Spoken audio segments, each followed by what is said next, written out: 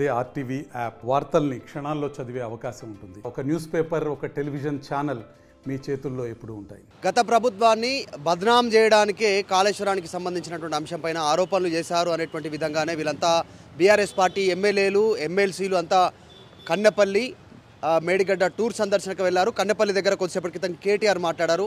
దాని విషయం పైన రెస్పాన్స్ తీసుకుందాం. ఉమ్మడి పాలమూరు జిల్లాకి సంబంధించినటువంటి ఎమ్మెల్యే ఎన్ఎం శ్రీనివాసరెడ్డి గారు ఉన్నారు కాంగ్రెస్ పార్టీ నుంచి. శ్రీనివాసరెడ్డి గారు, కేటీఆర్ గారు కొద్దిసేపు సంచలన వ్యాఖ్యలు చేశారు.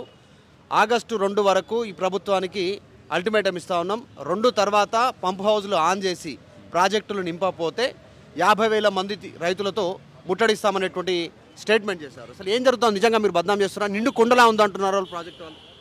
అదే కదా మా బాధ. నిండు కుండలాగా ఉంది కాబట్టి, అంత డిశ్చార్జ్ ఉంటుంది కాబట్టి ఆ మేడిగడ్డ కూలిపోతే లక్షల మంది ప్రాణాలకు అపాయం కలుగుతుందని చెప్పేసి కేంద్రం నుంచి వచ్చిన బృందం నేషనల్ డ్యామ్ సేఫ్టీ అథారిటీ ఈ సంవత్సరం ప్రాపర్ రిపేర్ చేసేదాకా, లేకుంటే ఎటువంటి నివారణ చర్యలు తీసుకోవాలి, ఈ బ్యారేజ్ ప్రతిష్టతకు ఏం చర్యలు తీసుకోవాలని కూలంకషంగా చర్చించి నిర్ణయం తీసుకున్న తర్వాతే ఇక్కడ స్టోరేజ్ చేయండి అని చెప్పి మాకు సూచన చేసింది. మరి కేటీఆర్ గారి సూచన పాటించాలా, లేకుంటే ప్రొఫెషనల్ సంస్థ దేశంలో డ్యామ్ల సేఫ్టీకి కారణభూతమై వాటి గురించి ఆలోచిస్తున్న వాటి కోసమే ఉన్న సంస్థ సూచనలు మేము పట్టించుకోవాలా? రిపోర్ట్ ఏముంది? మీ మాట విని ఒకవేళ మేము బ్యారేజ్లో నీళ్లు స్టోర్ చేసి రేపు జరగరాని జరిగితే ఒక్క ప్రాణం పోయినా దానికి కేటీఆర్ బాధ్యత వహిస్తాడా? గతంలో కూడా డ్యామ్ బస్సులు అయినాయి. ఇటువంటి మూర్ఖపు రాజుల పరిపాలనలో కావచ్చు, నియంత్రణ పరిపాలనలో డ్యామ్ బస్సులు జరిగినాయి. మరి లక్షల మంది ప్రాణాలు కోల్పోయారు. తెలంగాణలో కూడా అటువంటి పరిస్థితి రావాలని కేటీఆర్ కోరుకుంటున్నాడా? అంటే వాళ్ళ కుటుంబం బాగుంటే చాలు, ఎన్ని వేల మంది ప్రాణాలు పోయినా కూడా మాకు సంబంధం లేదు, మాకు రాజకీయాలే ముఖ్యమని చెప్పి కేటీఆర్ అనుకుంటున్నాడా? ఇంకా సిగ్గు లేకుండా మాట్లాడుతూ ఉన్నారు. ఎట్లా వీళ్ళు రాజకీయాల్లో ఉన్నారు నాకైతే అర్థమైతలేదు. ఏముంది రిపోర్ట్? నేషనల్ డ్యామ్ రిపోర్ట్ బయటకు ఉంది కదా పబ్లిక్ డొమైన్లో.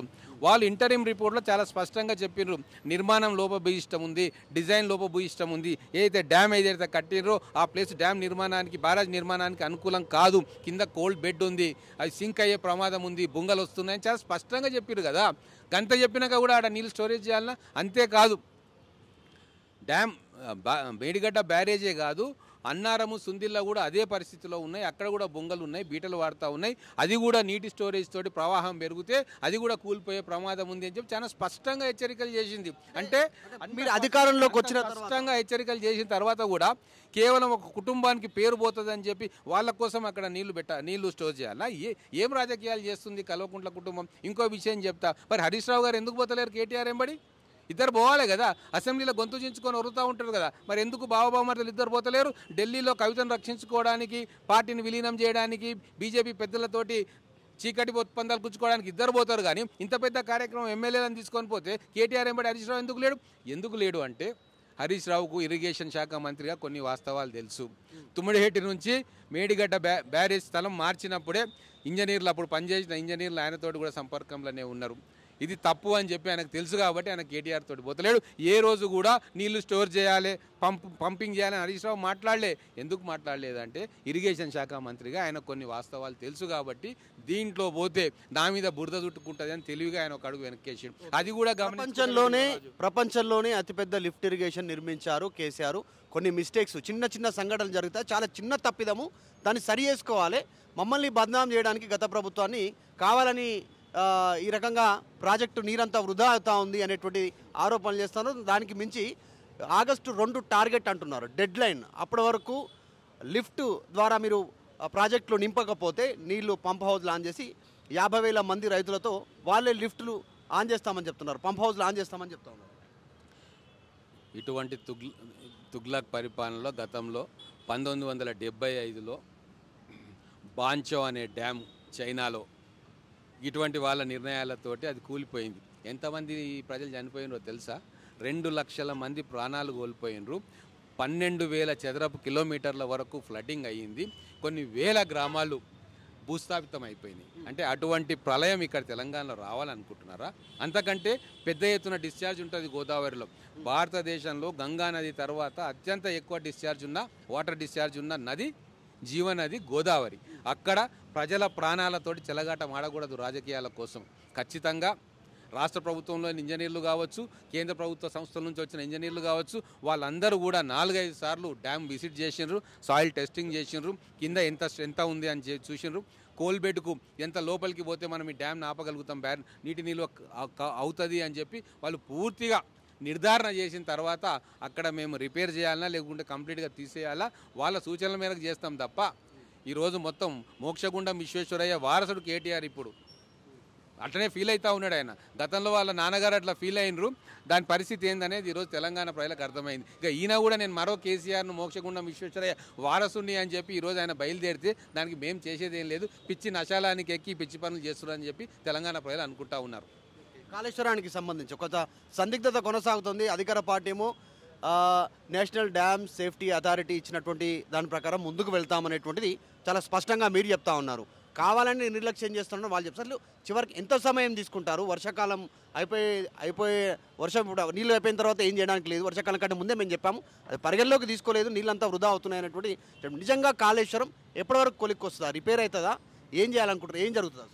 ఇప్పుడు ఒకటి కేటీఆర్ గారి లాజిక్ ఏందో మొదలు నేను చెప్తా. ఇప్పుడు ఆయన ఏమంటున్నాడు, గతంలో లాగా మేము మేడిగడ్డల వాటర్ స్టోర్ చేసినాము, అక్కడి నుంచి అన్నారం తీసుకుపోయినాము, అక్కడి నుంచి సుందిలా తీసుకుపోయినాము, అక్కడి నుంచి ఎల్లంపల్లికి తీసుకొని పోయినాము అన్నారు. వాస్తవమే. ఎల్లంపల్లి కెపాసిటీ ఎంత? 20 టీఎంసీలు. ఆల్రెడీ ఈరోజు 15 టీఎంసీలకు చేరుకుంది. వీళ్ళన్నీ ఎత్తిపోసే లోపల ఎల్లంపల్లి నిండుతుంది, మళ్ళీ కిందికి నీళ్ళు వదిలేయాలి. గతంలో 161 టీఎంసీలు మేము ఎత్తినామన్నారు, మళ్ళీ కిందికి 100 టీఎంసీలు కిందికి వదిలేసారు. అంటే ఇప్పుడు కూడా మళ్ళీ అదే పని చేయాలన్నా?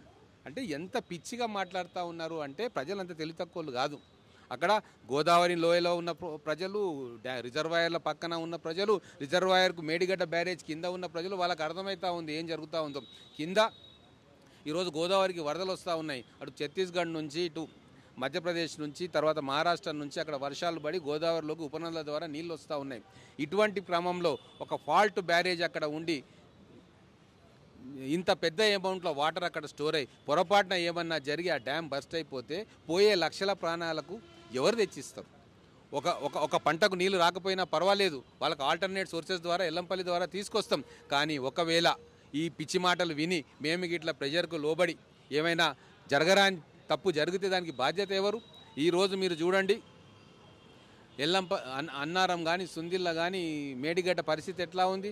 కానీ మేము కట్టిన శ్రీరామ్ సాగరు, నాగార్జున సాగరు, శ్రీశైలము, జూరాల ఇంకా నిటారుగా నిల్చున్నాయి కదా.